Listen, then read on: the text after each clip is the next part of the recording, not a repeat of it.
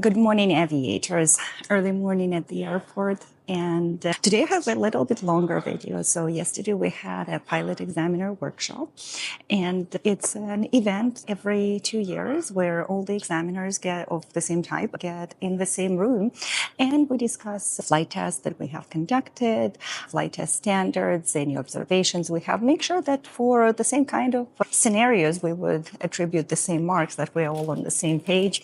Any feedback from the industry, statistics, and any upcoming changes, because as you might have seen, the flight test guides have evolved over the years, and a lot of those changes come from this kind of discussions.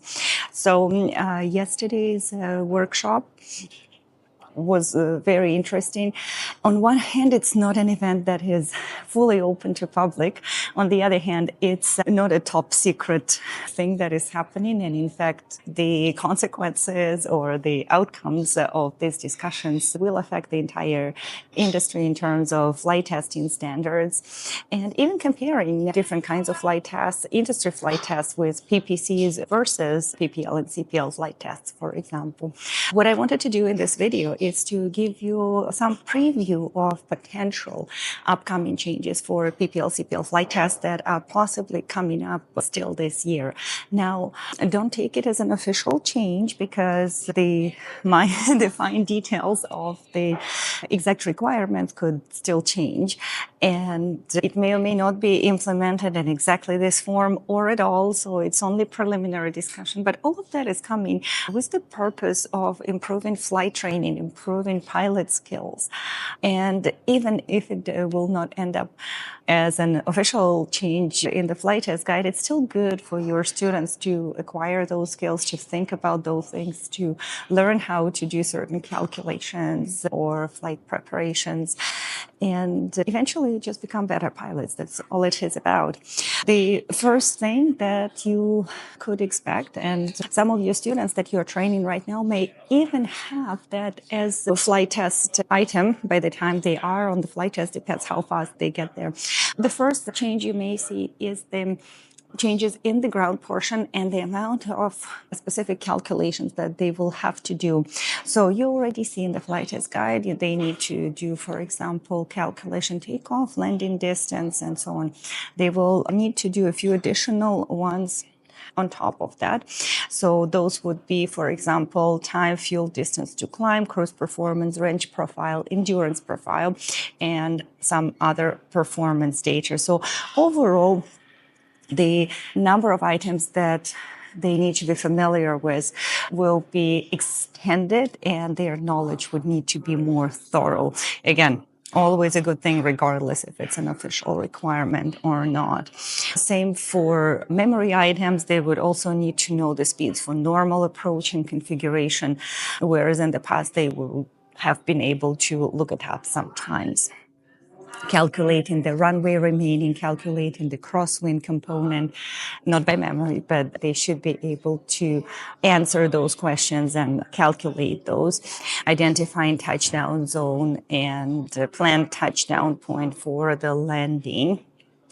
Runway contamination, I'm just looking up my notes here. Runway contamination, approach speed, height over the runway threshold.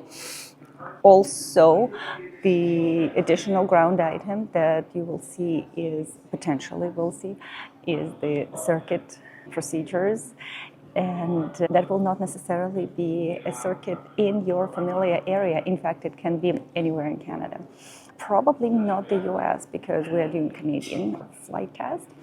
But say if you're flying in Vancouver area, you could be asked about circuit procedure somewhere in Ontario or Prince Edward Island. So it will not be your home airport, and most likely it will not be any airport that is part of your planned cross-country. And the idea is that you are able to identify how to correctly arrive and depart from an airport that you have not seen before, but you obviously can't find this information with the available publications. Stalls as an air item, you may see some changes to that exercise, and one could be approach to stall more of a multi-engine style, rather like multi-engine flight test style, rather than a full stall. And recovery obviously needs to be done.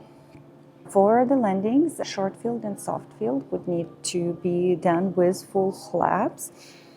The next item is that you may see a change to the circuit requirement, and you may end up with doing one more circuit on the flight test. The purpose of that one would be evaluating an overshoot, a go around from close to ground effect. Right now we are doing it at 500 feet, which in all fairness does not require much skill. You just add power, but you already have plenty of energy.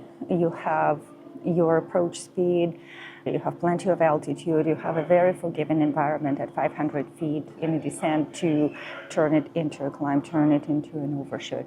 If you're doing the same exercise from close to the ground, from the ground effect, the margin of error and the skills required to control that maneuver would be more significant. So you would need to control the speed closer. You will possibly need to lower the nose first to gain the speed before you can possibly transition to climb, before you can safely climb out of where you are. This is something that is a practical situation, because when you're trying to land and the landing is not going well.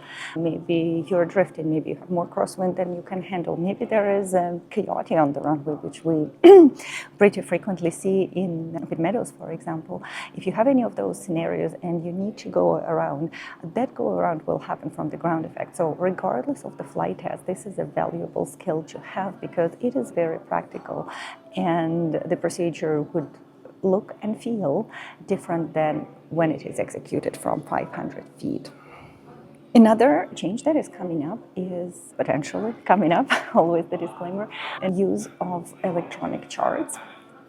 You would need to assure that they are current and authorized for the use in the aircraft, and the specific wording and details of what's permissible would be coming up.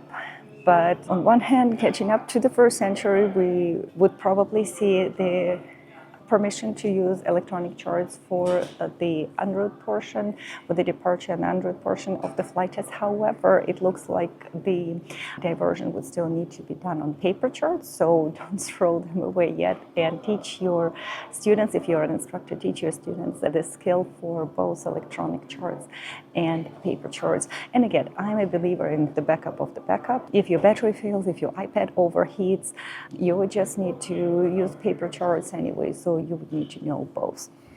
I think that's pretty much it for the big changes.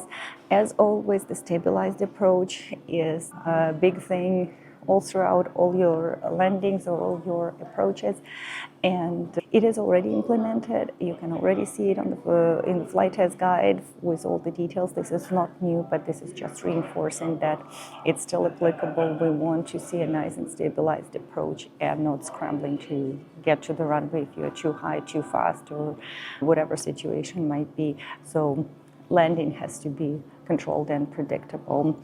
So practice those. Quick preview of the changes. Not an official change yet, but practice those skills with your students. They might come handy regardless if they're implemented as an official change for the flight test. And good luck on the flight test.